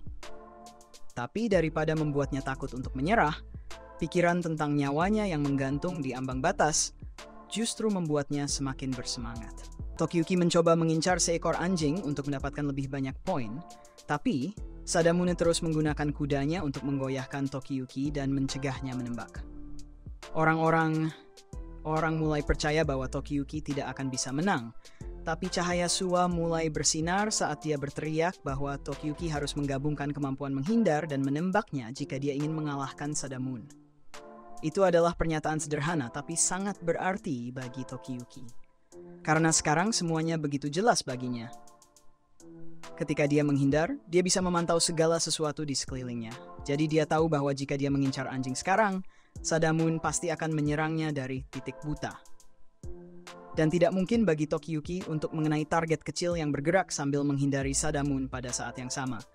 Tapi, masih ada satu target yang cukup besar untuk dia tembak dalam sekejap. Tokiyuki mengambil anak panah dan mulai mengincar anjing untuk memancing Sadamune mendekatinya. Dan begitu Sadamune berada dalam jangkauan, dia berbalik untuk mengincar Sadamune. Namun posisinya membuat Tokiyuki kesulitan untuk menyusun tembakan. Sadamune percaya tidak ada cara bagi Tokiyuki untuk memutar tubuhnya cukup untuk mendapatkan tembakan yang baik, dan dia tidak akan bisa melakukannya. Tokiyuki harus mencoba mendapatkan tembakan yang baik saat dia berada di atas kudanya, Tapi ada solusi sederhana untuk Tokiyuki. Dia langsung turun dari kuda dan melepaskan anak panah ke arah leher Sadamun, menjatuhkannya dari kudanya, dan membuat Tokiyuki mendapatkan 2 poin. Suwa menunjukkan bahwa tembakan ke belakang seperti itu hanya mungkin karena keseimbangan dan ketangkasan Tokiyuki yang tajam. Orang-orang sangat terkesan dengan Tokiyuki. Dan diputuskan secara resmi bahwa gerakan spesial Tokiyuki adalah tembakan ke belakang. Dan Suwa merasa lucu karena dia melihat ke masa depan di mana tembakan ke belakang memiliki arti yang sangat berbeda. Sekarang Tokiyuki hanya memiliki 1 anak panah tersisa untuk ditembakkan dan Sadamunen telah jatuh dari kudanya, jadi dia adalah target yang mudah saat ini. Namun karena skor masih 3-5, Sadamunen masih bisa menang jika dia mencegah Tokiyuki mengenai titik vital dengan anak panahnya. Dia menutup kepala dan tenggorokannya sebagai persiapan untuk tembakan berikutnya dari Tokiyuki. Tapi saat Tokiyuki mendekat, dia tidak melepaskan anak panahnya. Sebaliknya, dia melompat melewati Sadamune untuk melakukan tembakan ke belakang yang khas. Secara teknis, ini disebut tembakan Parthian dan dipopulerkan oleh bangsa Parthian yang menggunakan teknik ini untuk mengalahkan Roma di atas kuda. Namun, kita akan menyebut versi Tokiyuki sebagai tembakan ke belakang. Tembakan terakhir itu membuat Tokiyuki mendapatkan 3 poin, sehingga dia kini memiliki total 6 poin dan mengalahkan Sadamun meskipun segala rintangan. Setelah Tokiyuki menang, Suwa mengingatkan Sadamune tentang taruhan yang telah dia sepakati. Yang berarti mulai sekarang, Sadamune tidak bisa lagi campur tangan dalam urusan kuil Suwa. Sadamune menolak menerima kekalahannya dan mengatakan bahwa permainan itu hanyalah hiburan belaka. Dan Suwa berpihak pada keluarga Hojo selama serangan. Jadi Sadamun bisa merebut tanahnya jika mau. Namun, dia tetap menghormati taruhan tersebut dan meninggalkan kuil Suwa. Dia masih tidak mengerti mengapa Suwa akan mengeluarkan anak yang acak untuk bertaruh dalam taruhan yang begitu penting. Tidak mungkin Suwa bisa menjamin bahwa anak itu akan menang. Dan sekarang dia berpikir, anak itu memiliki rasa kebangsawanan. Jadi Sadamune mulai berpikir bahwa anak itu mungkin merupakan bagian dari keluarga Hojo. Namun, dia segera membuang ide itu karena tidak mungkin Suwa akan cukup gila untuk mempertaruhkan keselamatan anak itu seperti itu. Sementara itu, setelah Suwa selesai mempertaruhkan nyawa Tokiyuki, dia mengambil langkah-langkah untuk memastikan keselamatan Tokiyuki dengan mengatur agar orang-orang menyebarkan rumor tentangnya di seluruh negeri. Dengan cara ini, para tentara akan terpaksa menyelidiki semua rumor yang beredar, dan hal itu akan mengalihkan perhatian dari pelatihan Tokiyuki, sehingga dia bisa tumbuh lebih kuat tanpa gangguan.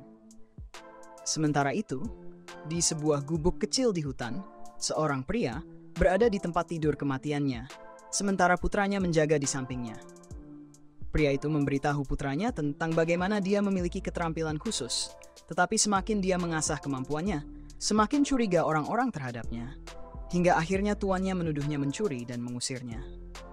Kini di saat-saat terakhirnya, dia ingin putranya meneruskan prinsip dan ajarannya. Dan sebelum dia meninggal, dia hanya memiliki 1 hal lagi yang ingin dia ajarkan kepada putranya. Wanita mungkin meninggalkanmu, dan teman-temanmu mungkin meninggalkanmu, tapi ada 1 hal yang selalu bisa kau percayai, yaitu uang, anakku.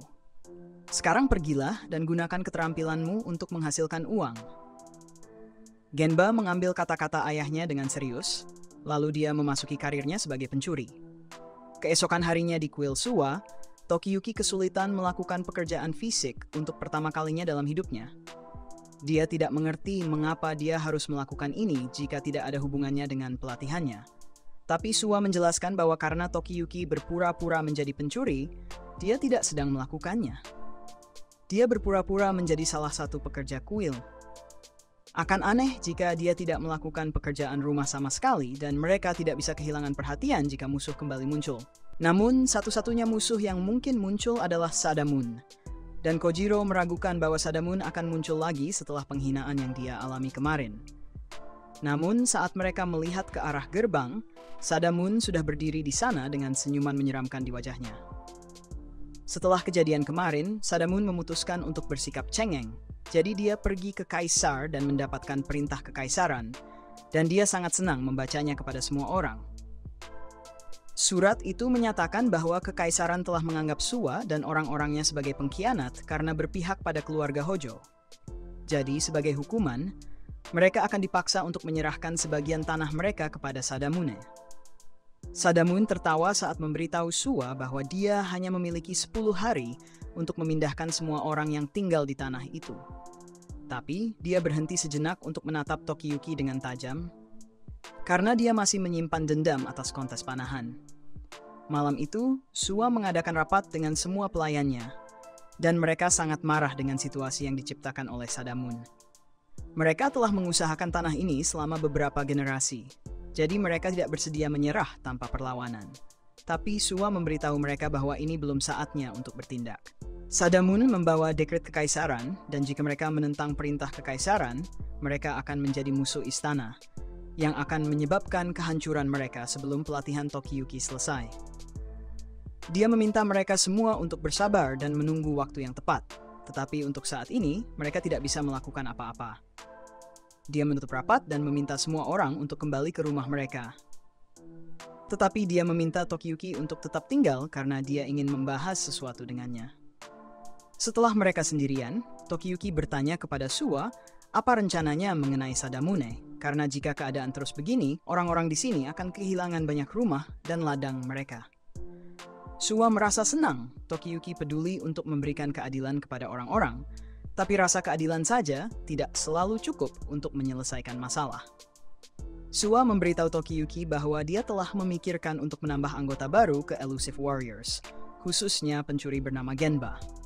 Tokiyuki merasa bingung mengapa Suwa ingin menambahkan pencuri ke tim, tetapi Suwa memberi alasan yang baik karena seorang pencuri menggunakan berbagai trik untuk mendapatkan target mereka, dan bisa masuk dan keluar dari suatu lokasi tanpa terdeteksi. Tokiyuki terkesan dengan keterampilan yang dimiliki Genba, tapi dia masih belum mengerti mengapa Suwa ingin merekrut Genba. Suwa menjelaskan bahwa dia ingin Genba mencuri dekret kekaisaran dari tangan para pengikut Sadamune. Itu terdengar gila bagi Tokiyuki, tetapi menurut informasi yang dimiliki Suwa di Kyo, proses penerbitan dekret kekaisaran memakan waktu lebih lama daripada di DMV. Jadi jika mereka berhasil membuat dekret Sadamune menghilang, mereka akan mendapatkan sedikit waktu tambahan. Tokiyuki berpikir bahwa mencuri itu salah, dan memang benar, tapi itu hanya ilegal jika kamu tertangkap. Tokiyuki akan belajar bahwa bahkan para penjahat bisa menjadi pengikut yang berguna. Jadi dia pergi untuk malam itu, dan saat dia pergi, asisten Suwa bertanya apakah benar-benar aman mengirim Tokiyuki dan yang lainnya untuk mencari Genba sendiri. Suwa berpikir akan baik-baik saja, karena meskipun Tokiyuki mungkin masih anak-anak, dia tetap memiliki potensi menjadi tuan yang handal. Keesokan harinya, Tokiyuki dan yang lainnya tiba di desa tempat Genba berasal, jadi mereka menarik perhatian beberapa orang di sekitar dan memberitahu mereka bahwa mereka sedang mencari Genba. Orang-orang tersebut ramah dan tampaknya ingin membantu Tokiyuki dan teman-temannya, tetapi situasinya buruk. Tokiyuki dan teman-temannya mendengar nama Genba. Mereka semua dengan cepat menggunakan kekuatan kecepatan mereka dan berlari kembali ke rumah mereka agar tidak terlibat dengan Genba. Dan aku bisa mengerti mengapa, karena Genba tiba-tiba muncul di belakang Tokiyuki dan yang lainnya begitu mendengar namanya disebut. Tokiyuki sangat ketakutan, jadi Kojiro dan Ayako datang membantunya. Genba sudah melompat ke pohon dan Tokiyuki juga mengikuti. Genba memberitahu mereka bahwa dia mendengar mereka mencarinya, jadi dia ingin tahu apa urusan mereka dengannya. Tokiyuki berkata bahwa dia berasal dari kuil Suwa dan ingin menambah Genba sebagai salah satu pengikutnya. Tapi, Genba sudah tahu semua tentang Tokiyuki yang merupakan penyintas keluarga Hojo, dan dia bisa mendapatkan banyak uang jika dia menjual Tokiyuki kepada Sadamune. Namun, sebelum yang lainnya mencoba menyerangnya, Genba meminta mereka untuk tenang karena masih ada ruang untuk negosiasi. Dan sementara mereka tidak melihat, dia juga berhasil mencuri semua dompet mereka. Jadi Tokiyuki sudah terkesan dengan keterampilan Genba. Namun, untuk mendapatkan kerjasama Genba tidaklah murah. Genba mengatakan bahwa dia ingin dibayar 5 juta yen agar tidak menjual Tokiyuki kepada Sadamune, dan 5 juta yen lagi untuk setiap tugas yang diminta Tokiyuki. Tokiyuki terkejut mendengar bahwa Genba meminta uang, dan Genba percaya bahwa keterkejutan Tokiyuki disebabkan oleh kenyataan bahwa dia tidak ingin membayar sebanyak itu. Namun, alasan sebenarnya adalah karena Tokiyuki merasa imbalan seperti itu terlalu sedikit untuk Genba. Sejujurnya, Tokiyuki sebenarnya bersedia menawarkan sebuah provinsi atau sesuatu yang setara setelah dia merebut Kamakura. Genba akan menjadi pengikut yang terhormat dan memberikan kontribusi besar. Tapi karena Genba hanya meminta uang, Tokiyuki merasa bahwa Genba sangat rendah hati. Genba bingung dan tidak tahu harus berpikir apa. Jadi Shizuku mendekatinya dan meyakinkannya bahwa Wilsuwa akan memastikan pembayaran untuk kebutuhan sehari-hari Genba. Tapi dia bertanya, apakah Genba benar-benar hanya ingin uang? Lagi pula, jika Tokiyuki memberikan sebuah provinsi kepada Genba, dia bisa mendapatkan beberapa kali lipat dari jumlah yang diminta. Dan bahkan lebih banyak lagi. Dan Kojiro menyebutkan bahwa dengan membantu Tokiyuki sekarang, Genba akan mendapatkan dukungan seumur hidup dari calon penguasa di masa depan. Jadi bukankah itu taruhan yang layak? Genba melarikan diri untuk menghentikan mereka dari membisikkan hal-hal di telinganya. Dan meskipun dia awalnya berharap bisa menipu beberapa uang dari Tokiyuki, dia mengatakan dia baik-baik saja membantu Tokiyuki untuk saat ini. Tapi dia memiliki satu syarat jika Tokiyuki ingin dia mencuri dekret kekaisaran milik Sadamun. Genba tidak bersedia mempertaruhkan nyawanya sendirian untuk sebuah pekerjaan yang belum dia percayai. Jadi dia hanya akan melakukannya jika Tokiyuki ikut bersamanya. Saat mereka mendekati kediaman Sadamun, mereka melihat gudang tempat Sadamun kemungkinan menyimpan dekret kekaisaran. Genba terkejut bahwa Tokiyuki bersedia ikut, tetapi Tokiyuki merasa adil jika dia bergabung dengan Genba, karena ini adalah permintaannya sejak awal. Itu semua baik-baik saja, tetapi Genba mengingatkan Tokiyuki bahwa jika dia tidak berhati-hati, dia bisa berakhir seperti pencuri-pencuri lain yang tertangkap saat mencoba mencuri dari Sadamun. Sebuah gudang dikunci dengan 3 gembok, dan Genba bisa dengan mudah membuka semua itu. Tetapi masalah sebenarnya di sini adalah keamanan yang ditempatkan di depan. Untungnya, Genba tahu persis cara melewatinya. Dia berlari ke lapangan dan menggunakan sebuah cabang untuk melompat masuk ke dalam kompleks. Dan setelah dia berada di dalam, dia melemparkan tali kepada Tokiyuki agar dia bisa masuk juga. Tokiyuki tampaknya sedikit terlalu bersemangat untuk melakukan kejahatan. Genba bertanya-tanya mengapa dia begitu bersedia melakukan ini. Jadi Tokiyuki menjelaskan bahwa dia melakukannya sebagai bagian dari pekerjaannya, dan dia tidak melakukannya untuk membayar hutangnya kepada keluarga Suma atas dukungan yang telah mereka berikan kepadanya. Jadi ini adalah hal yang terhormat untuk dilakukan baginya. Namun, Genba menganggap alasan itu bodoh, karena hal-hal seperti kehormatan dan kebaikan tidak akan membawa Anda jauh dalam hidup. Karena orang selalu bisa mengkhianati Anda. Tapi jika Anda menggunakan uang dan ketakutan, Anda bisa membuat seseorang melakukan apapun yang Anda inginkan. Misalnya, ada seorang wanita yang menolak membayar Genba setelah dia meminta untuk menyelidiki suaminya yang selingkuh. Sebagai balas dendam, Genba menyelinap ke rumahnya dan melakukan hal-hal yang tak terkatakan pada berasnya. Meski begitu, Genba memberitahu Tokiyuki untuk menunggu di sini, sementara dia menyelesaikan urusannya. Jadi Tokiyuki mengikuti perintahnya. Namun, dia segera mendengar suara Sadamune di dekatnya. Jadi dia mulai panik karena mungkin saja Genba menjebaknya untuk ditangkap. Namun, Sadamune mendekati para penjaga dan memberitahu mereka untuk memperbaiki sebuah kawat di pagar yang terletak di sisi lain kompleks dari gudang. Para penjaga bertanya mengapa, karena tugas mereka adalah menjaga gudang, tetapi Sadamune adalah atasan mereka, jadi mereka terpaksa mematuhi. Seperti yang mungkin sudah Anda tebak, itu sebenarnya Genba yang memakai penyamaran, dan dia menjelaskan bahwa topengnya memiliki sifat khusus yang memungkinkannya menyamar sebagai hampir siapa saja. Saat dia dan Tokiyuki mencari dekret kekaisaran, Genba menyebutkan bahwa dia tahu Tokiyuki tidak mempercayainya setelah semua. Tidak ada yang akan mempercayai bawahan yang bisa mencuri apa saja, bahkan identitas Tokiyuki. Jadi, mengapa Tokiyuki, yang sudah dikhianati oleh jutaan tentara, akan mempercayai seseorang seperti dia? Sementara itu, Tokiyuki dan Genba telah ditemukan oleh salah satu bawahan Sadamune yang memiliki radar pendengaran bawaan. Setelah menyadari bahwa ada penyusup di dalam kompleks, dia bersiap-siap untuk berburu pencuri. Saat para penjaga mulai mendekati gudang, Genba menyadari bahwa mereka telah ditemukan. Dan jika mereka tidak segera pergi dari sini, mereka akan terkepung. Mereka sudah menerima perintah dari kekaisaran, jadi Genba bersiap untuk pergi. Tapi dia tidak punya kewajiban untuk melindungi Tokiyuki. Jadi dia bilang ke Tokiyuki bahwa dia harus bisa mengikuti kalau tidak mau tertangkap. Saat Sukefusa dan para pengikut lainnya hampir menerobos masuk ke dalam gudang, Genba mendobrak atap bersama Tokiyuki, lalu melemparkan bom asap untuk membutakan para pengejar mereka. Biasanya, cara ini cukup ampuh untuk melarikan diri karena tak ada satupun penjaga yang bisa mengetahui di mana Tokiyuki atau Genba berada. Namun, Sukefusa bisa mendengar mereka dengan jelas. Jadi dia mengambil busur dan menentukan lokasi mereka saat mereka mencoba memanjat pagar. Dia menembakkan panah tepat ke arah Tokiyuki, tapi karena dia tidak mahir dalam memanah, tembakannya meleset dari sasaran.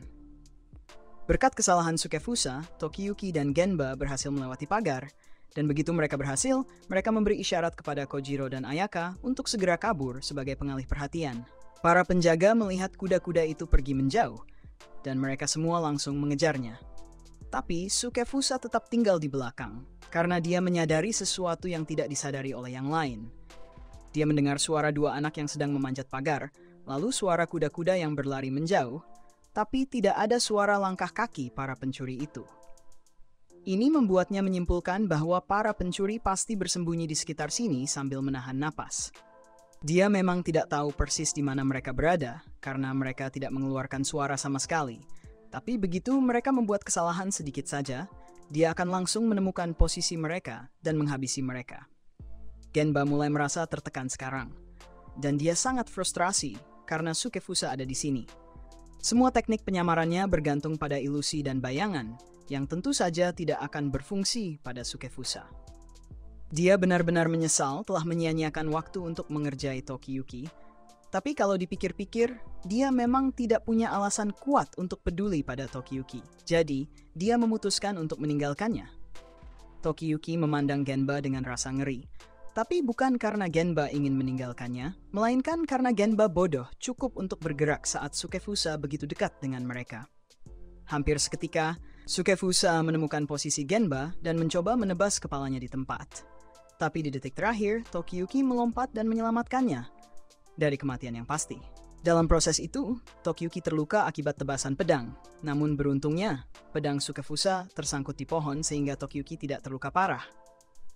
Meski begitu, dia dan Genba hanya punya beberapa detik sebelum Sukefusa mengejar mereka lagi. Tokiyuki menyuruh Genba untuk terus bergerak.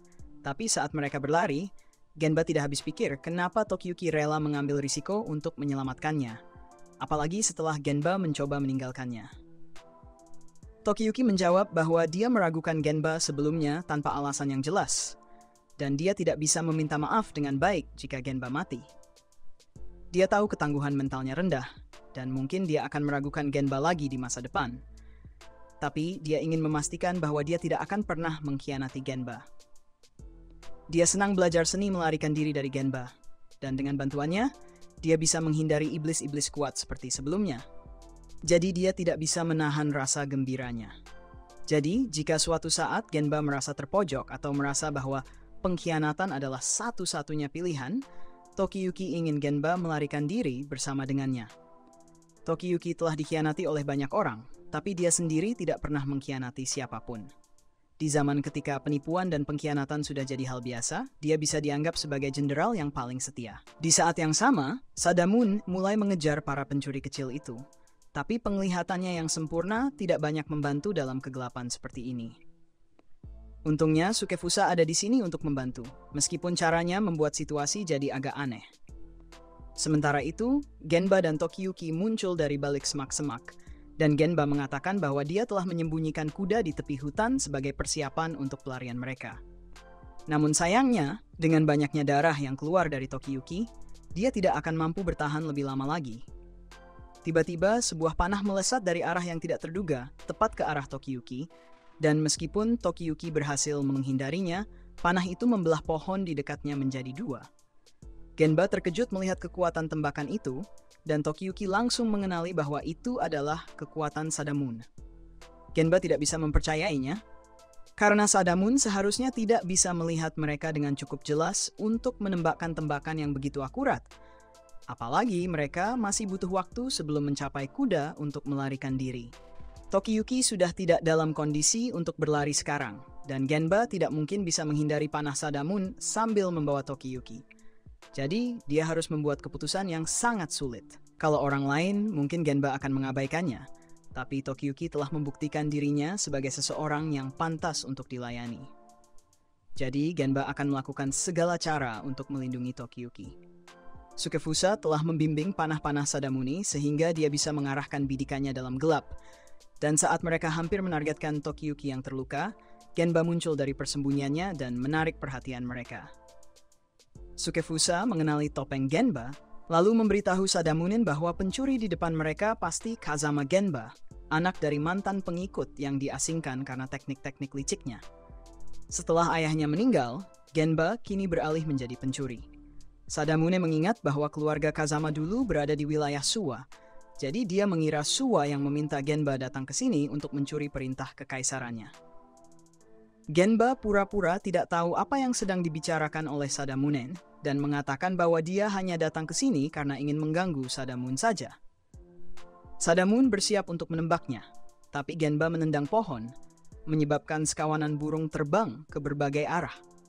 Suara bising itu membuat indera pendengaran Sukefusa kewalahan. Dan meskipun Genba mungkin tidak ahli dalam menggunakan kekuatan mematikan, dia sangat menguasai seni pengalihan perhatian. Jadi, membingungkan beberapa prajurit seperti Sadamune dan Sukefusa ini hanyalah permainan anak-anak baginya. Genba mulai melompat-lompat di lantai hutan sambil mengejek Sadamune. Tapi Sadamune tidak terhibur dan langsung menembakkan panah tepat ke wajah Genba. Namun, ternyata semua itu hanyalah ilusi, karena Genba masih hidup dan dia pun berubah menjadi Sukefusa untuk menambah kebingungan. Dengan Sadamune yang teralihkan perhatiannya, Genba lalu menggunakan bilah tali untuk memotong tali busur Sadamune.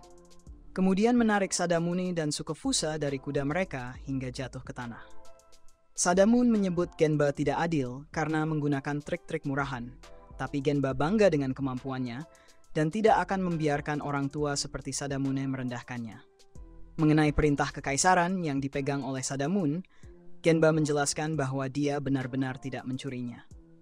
Tapi ketika Sadamune melihat ke kejauhan, dia melihat asap tebal membumbung dari tempat di mana gudangnya seharusnya berada, dan dia pun merasa ngeri. Gudang itu bersama dengan semua dokumen di dalamnya telah dilalap api, dan sebelum Sadamune bisa menenangkan diri, Genba menghilang ke dalam kegelapan malam. Sukefusa masih dalam keadaan terkejut dan bertanya kepada Sadamune, apakah perintah kekaisaran benar-benar masih ada di dalam gudang. Tapi mereka tidak punya cara untuk mengetahuinya sekarang. Jadi Sadamune menyarankan agar mereka menangkap pencuri yang terluka itu dan menyiksanya sampai dia mengaku siapa dalang di balik semua ini. Tepat saat itu, Sukefusa mendengar suara kuda di dekatnya. Dan dia menyadari bahwa para kaki tangan pencuri itu telah kembali untuk menyelamatkan rekannya yang terluka. Sadamune tidak mau membiarkan mereka kabur, jadi dia mengambil busurnya dan mencoba menembakkan panah ke arah Genba. Tapi talinya masih terputus, jadi dia tidak bisa berbuat apa-apa saat Tokiyuki dan yang lainnya berhasil melarikan diri. Genba akhirnya menyusul Kojiro dan Ayako. Tapi mereka mengeluh tentang betapa parahnya luka Tokiyuki. Namun, Tokiyuki mengatakan bahwa semuanya baik-baik saja, karena berkat Genba, mereka berhasil melarikan diri. Selain itu, misi ini sangat menyenangkan, jadi Tokiyuki berharap dia dan Genba bisa melakukan sesuatu seperti ini lagi di lain waktu. Genba teringat kata-kata terakhir ayahnya, yang mengatakan bahwa suatu hari nanti, dia mungkin akan menemukan seorang tuan yang ingin dia layani, meskipun itu tidak menghasilkan uang. Namun, dia tetap disarankan untuk mengambil uangnya, apapun yang terjadi. Jadi, Genba setuju untuk menjadi pengikut Tokiyuki, tapi dia akan melakukannya hanya jika dia diberikan satu provinsi sebagai imbalan. Kalau Tokiyuki nantinya tidak bisa membayar dengan alasan apapun, Genba mengancam akan memburu semua anak-anak Tokiyuki di masa depan. Meskipun Tokiyuki salah paham dan mengira ancaman itu berarti Genba ingin bermain petak umpet dengan anak-anaknya kelak, mereka kini berhasil menghancurkan perintah kekaisaran. Dengan begitu, penduduk wilayah Sui sekarang bisa menolak untuk menyerahkannya. Karena pasukan Sadamune tidak punya cara untuk membuktikan bahwa itu benar-benar perintah dari kaisar. Sadamune sangat marah karena penduduk Sui menolak untuk menyerahkan tanah mereka, tapi dia yakin bahwa perlawanan mereka hanya bersifat sementara. Dia berpikir bisa mendapatkan perintah kekaisaran yang baru dari kaisar bulan depan. Tapi ternyata itu tidak semudah yang dia bayangkan. Seorang utusan datang dengan membawa kabar buruk mengenai penerbitan perintah kekaisaran. Ternyata, antrean orang-orang yang mencari hadiah atas keterlibatan mereka dalam serangan Kamakura sangat panjang. Dan yang lebih parah lagi, banyak dari mereka yang berbohong tentang prestasi mereka. Kaisar jadi harus menghabiskan banyak waktu untuk menentukan siapa yang benar-benar berhak mendapatkan hadiah. Karena merasa sangat terganggu, Kaisar memutuskan bahwa tidak akan ada lagi pembagian tanah, setidaknya untuk beberapa tahun ke depan. Jadi, semuanya akan tetap seperti sekarang, termasuk wilayah Sui.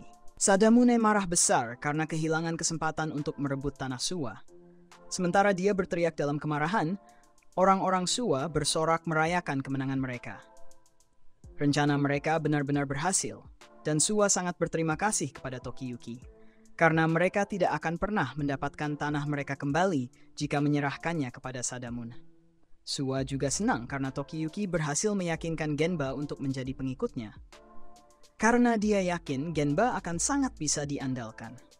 Kojiro pun merasa lega setelah tahu pasti bahwa Genba ada di pihak mereka, meskipun kadang-kadang Genba bisa sedikit vulgar. Namun dengan keterampilannya, Genba mungkin bahkan bisa menyelinap ke rumah Takauji pada malam hari dan menggorok lehernya. Sayangnya, Suwa memberitahu mereka bahwa membunuh Takauji itu mustahil, karena Takauji adalah seseorang yang bahkan Suwa tidak bisa prediksi. Saat ini, Takauji sedang dalam perjalanan ke istana Kaisar, tapi di tengah jalan, dia dan pasukannya disergap oleh putra Kaisar, Pangeran Moriyoshi, yang membombardir mereka dengan hujan panah. Namun, sebagian besar pasukan Takauji tidak terluka, kecuali prajurit pertama yang terkena panah. Takauji kemudian memberi selamat kepada Moriyoshi karena telah diangkat menjadi shogun baru. Tapi dia bertanya mengapa Moriyoshi menyerangnya, padahal mereka berada di pihak yang sama. Moriyoshi mengatakan bahwa dia melakukan ini karena dia tahu bahwa suatu hari nanti Takauji akan mengkhianati Kaisar. Jadi dia akan menghabisi Takauji sebelum itu terjadi. Untuk memastikan Takauji tidak bisa melarikan diri, Moriyoshi membawa pasukan sendiri untuk menaklukkan Takauji. Pasukan Moriyoshi bentrok dengan pasukan Takauji, dan pertumpahan darah pun tak terelakkan. Namun, pada akhirnya, pasukan Moriyoshi hanyalah sekelompok orang acak yang dia berhasil rekrut untuk bergabung. Jadi, mereka tidak memiliki kesempatan melawan pasukan elit Takauji. Pengikut Takauji ingin turun tangan untuk menyelesaikan pertarungan dengan cepat, tapi Takauji mengatakan bahwa pangeran itu mengejarnya, jadi dia akan menangani ini sendiri. Begitu Takauji mengangkat pedangnya, kepala-kepala mulai berterbangan kemana-mana. Moriyoshi tidak bisa mempercayai apa yang dia lihat. Tetapi meskipun telah menyaksikan kekuatan sejati Takauji, pasukan Moriyoshi masih tidak menyerah dan terus menyerangnya. Namun, begitu mereka mendekati Takauji, kepala mereka mulai berguguran satu persatu di tangan Takauji. Dan Takauji melakukan semuanya dengan tampak sangat mudah. Moriyoshi semakin yakin bahwa Takauji adalah monster yang tidak boleh dibiarkan berjalan di bumi. Jadi dia mencoba melawannya, tetapi dia sama sekali tidak mampu menandingi Takauji. Takauji kemudian berbalik dan berlutut di depan Moriyoshi, memohon agar Moriyoshi memberi kepercayaan kepadanya. Namun, Moriyoshi sama sekali tidak percaya dengan kata-kata Takauji. Dia tahu bahwa dia tidak akan bisa menang melawan Takauji sendirian, tapi untungnya dia tidak sendirian. Atau setidaknya itulah yang dia kira. Ketika akhirnya orang-orang tiba dan melihat jalanan yang dipenuhi darah, semua yang mereka pedulikan adalah mendapatkan kesempatan untuk berbicara dengan Takauji. Mereka sama sekali mengabaikan Moriyoshi meskipun dia adalah pangeran, dan sebelum Moriyoshi menyadarinya, Takauji sudah dibawa masuk ke istana Kaisar. Moriyoshi memohon kepada Kaisar agar tidak membiarkan Takauji masuk, karena dia merasakan ada sesuatu yang tidak manusiawi pada Takauji. Namun, tidak ada yang mendengarkan Moriyoshi karena mereka semua terlalu terpesona oleh karisma Takauji. Suwa menceritakan semua kejadian ini kepada Tokiyuki, dan Tokiyuki hampir tidak bisa mempercayai bahwa Takauji melakukan semua itu. Takauji tidak bisa dibunuh karena kepribadiannya yang tidak wajar, dan dia tidak diizinkan untuk berbicara dengan Takauji. Moriyoshi juga tidak diizinkan berbicara dengannya karena keterampilannya yang tidak wajar, dan pesona tak tertandingi Takauji membuatnya menjadi favorit di antara semua orang di sekelilingnya. Kombinasi itu menempatkan Takauji di puncak dunia, dan Tokiyuki merasa ragu apakah dia mampu melawan pria seperti itu. Saat itu, Ayako datang berlari dengan panik dan meminta Tokiyuki untuk membantunya menenangkan Genba. Genba sudah terlalu banyak minum, dan sekarang dia melompat-lompat di seluruh ruangan. meraba-raba para pendeta kuil. Dan yang lebih parah, dia tidak memakai celana. Tokiyuki harus segera membantu menegur Genba, tapi sebelum pergi, dia berbalik kepada Suwa dan mengucapkan terima kasih atas semua bantuan yang telah diberikan. Berkat Suwa, Tokiyuki kini tahu bagaimana cara bertarung dan telah mengumpulkan teman-teman yang kuat untuk membantunya. Jadi tidak peduli seberapa kuat Takauji, Tokiyuki akan terus mencoba hingga dia berhasil mengalahkannya. Setelah itu, dia berbalik untuk pergi menghajar Genba dan akan mengabaikan apa yang telah Genba lakukan padanya.